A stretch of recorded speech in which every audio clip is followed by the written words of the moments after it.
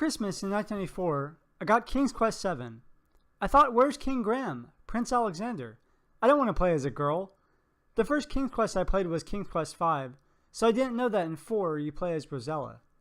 On the King's Quest VII CD was a trailer for a game called Torin's Passage. I thought this game looked incredible. It had the excellent animation of King's Quest VII, and you could play as a boy. It reminded me of King's Quest V, how King Graham had his companion Cedric. Torin's buddy Boogle is along for the quest. And I knew what I wanted for the following Christmas. I must have watched this trailer 1,000 times. Coming this holiday season, a gift from the Sierra family to your family. The first in a new fully animated adventure game series, Torin's Passage. Torin's Passage was originally meant to be a series of 5 games, alternating on the years when King's Quest would come out. Unfortunately, we only got the first Torin's Passage. This was due to the adventure game failing in the market and Ken Williams leaving the company. Torin's Passage was designed by Al Lowe, who is known for the Leisure Suit Larry adult series of adventure games, and Freddie Farkas, Frontier Pharmacist. Development of Torin's Passage began in 1994, after Lowe saw the movie Mrs. Doubtfire with his daughter. He noticed that children laughed at the slapstick comedy, and adults laughed at the parts kids didn't understand. He thought, why can't there be a game like that? So he created Torin's Passage, which accomplished just that. In the intro, a maid comforts a sleeping baby, taking it outside. A sorcerer conjures a poison and kills the parents, and the maid escapes with the baby just in time.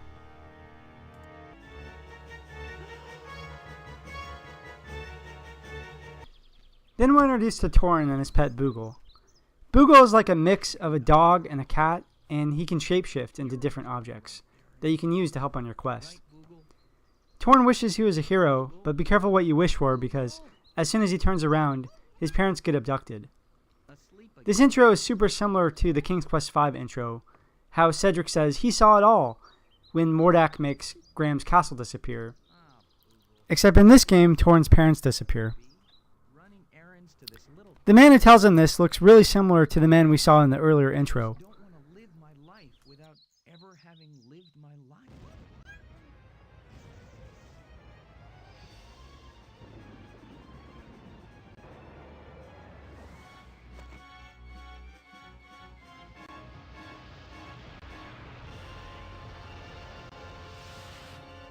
The man tells Torin he must venture to the lands below to find the evil sorceress Lycentra who kidnapped his parents. He decides that's what he'll do. Torin's Passage takes place on the world of Strata, where there's 5 worlds within worlds, and Torin lives in the lands above, which is the top world. There were a couple of features of this game that were new to the genre. There was a built-in hint system, and also a 3D inventory. Any of your inventory objects can be scanned on that platform in the center, and you can see a 3D model of them. Eventually you'll figure out that this guard knows how to get to the lands below. You have to trick him into thinking you're his replacement, and then do some errands for him. This part of the game is a little bit different than what we saw in the trailer. In the trailer, Torin asks Boogle to become an axe, so he can chop off a piece of the crystal. In the final game, you just get an axe. Fascinating new characters. Boogle, can you be an axe? And fun. Not X, axe. Where anything is possible.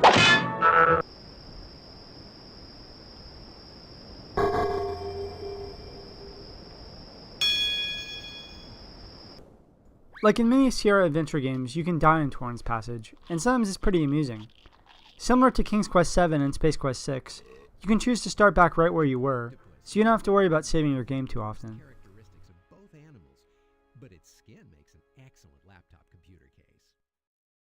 Before he can tell you how to get to the lands below, you have to make the guard his favorite meal, spaghetti and peat balls. But not these slugs. You have to use Boogle to make a box and capture the slugs by the tree. Boogle, can you make a box right over that moat scum?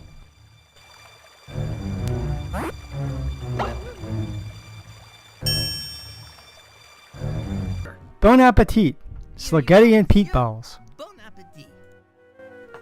You also have to make the guard dessert, but you don't have to make the latte he asked for. Finally, he'll let you in. And this part we also saw in the trailer says pick a shard, any shard. And then you'll get to go into the Phenocryst room. You'll have to solve puzzles to travel to the lands below. The first one's probably the easiest in the game, You just have to keep putting the crystals in till all the platforms lower. There's cinemas in between worlds to advance the story. In this one, in the lands above, they're talking about the king and queen's death and what happened to the baby. And it's revealed that the baby is safe and far away. The baby's Torin, and he was taken to his adoptive parents. In the second world, Escarpa, you'll have to find 9 tiles to finish the final puzzle and go to the next world.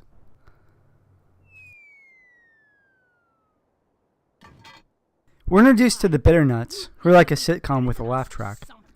They even have one of the tiles on the table that you'll get later. To get the Bitternuts tile, you have to give them an invitation to the castle from the king and queen. You also get to meet the king and queen of Escarpa. They say they have a daughter who looks very much like you. Is that Ken Williams playing the piano? Because it kind of looks like him. The king and queen also have a towel on their floor, but they won't give it to you without a good reason. So you can't get it until you get down to where the puzzle is, and then go back. The second chapter is the funniest part of the game. I really like this part, where Torin asks Boogle to become a shovel and shovel up a piece of poop. Boogle isn't too happy about it. We've just got to have some of that. Say, Boogle, would you mind being a shovel?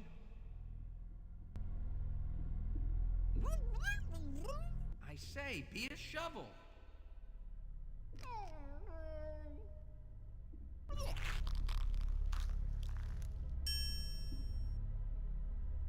After you get all the towels, you'll have to arrange them to make a face, and then you'll be able to go to the next world.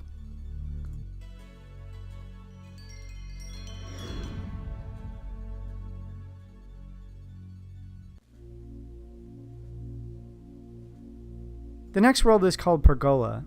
In the flashback cinema, it's revealed that the maid was punished for kidnapping the prince, even though she saved him. She gets punished by being sent to the lands below, and she has a collar placed on her neck. And that's the end of the game. Just kidding, but that's as far as I ever got in Torin's Passage when I was a kid, because the game just crashed to the desktop. There's a fan-made patch that can be downloaded from Allo's website that prevents the game from crashing when loading save games. That happened to me a few times on this playthrough, even with the patch. I got a chance to talk to the game's animator in the Sierra Facebook group. He said they didn't have much time to QA Torin's Passage, because they were pressured to release the game by Black Friday in the fall of 1995. And after Torin's Passage shipped, the team immediately started work on the next project, Leisure Suit Larry 7. Another interesting fact about Torin's Passage is the voice actor who played Torin, Michael Shapiro, went on to play Barney in the Half-Life series. That's also one of my favorite games. Back to talking about the game.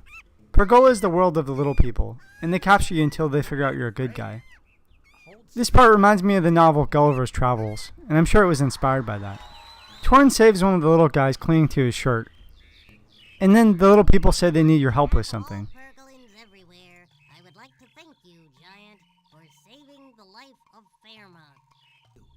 Then you meet Lena, the daughter of the king and queen of Pergola. She doesn't trust you to help her until you give her her parents' locket. You're Lena. Then you'll have to help the Pergolings with the puzzle they were talking about. I met your mother and father.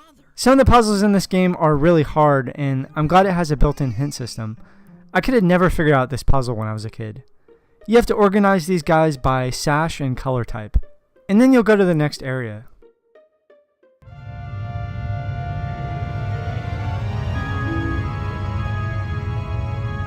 The next part of the puzzle is to organize them by male and female, and then by pitch. Then Torin and Lena say goodbye. This is the last part of the game where we see Lena. The next installments of Torin's Passage, according to the Sierra Chest website, were going to feature more Lena, and eventually Torin would marry her. In the cinema, the evil sorcerer, the Decant, offers Licentia a deal. To get her collar off, she'll have to capture Torin. Astentia is a lava world with a couple puzzles. This maze was designed by Allo's daughter. I didn't have to use a walkthrough for this Phenocryst puzzle, because you just have to line up the laser.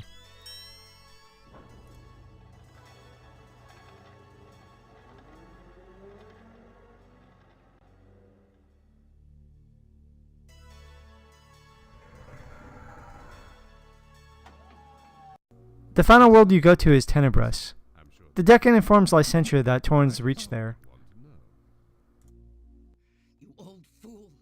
No complications, you said. Simple. Torin gets arrested and taken to jail for falling on a plant. All right, you'd better come with me. You're under arrest. The judge tells Torin that on Tenebrous plants are highly valued, and if he makes a mistake again, he'll be sent to the Null Void. About Tenebrous. Finally, you'll meet someone who knows where Licentria is. This guy who collects rare sounds. He has a copy of Licentria's voice, and you trade him for it. The later parts of Torin's Passage have the most Easter eggs. In this part of the game, you can hear the Freddy Farkas theme and the Phantasmagoria theme by The Curtain. Before Dad knew he was the best little crack shot the West had ever seen. Torin gets arrested again and taken to the Null Void. Here you have to rearrange Licentria's voice to say, "Dreep, come here." Then you'll place the voice in the Null Void to lure Licentria's assistant out so you can get inside. Come here.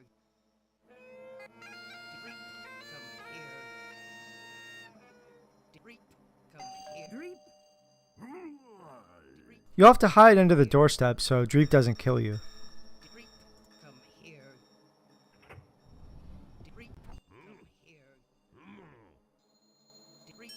Torin finds his parents and Boogle inside, and then it's the final showdown against Licentria. Then you'll have to defeat the Decant to save Torin's parents and Boogle. The collar.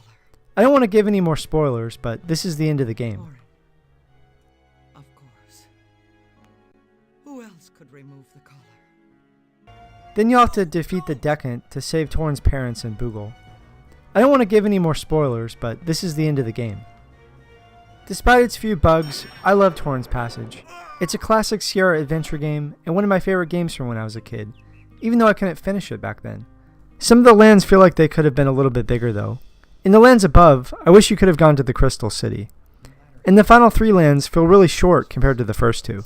Thanks for watching my review, and stay tuned on Coop's Game Shelf. Thanks, Slime. High five. All right.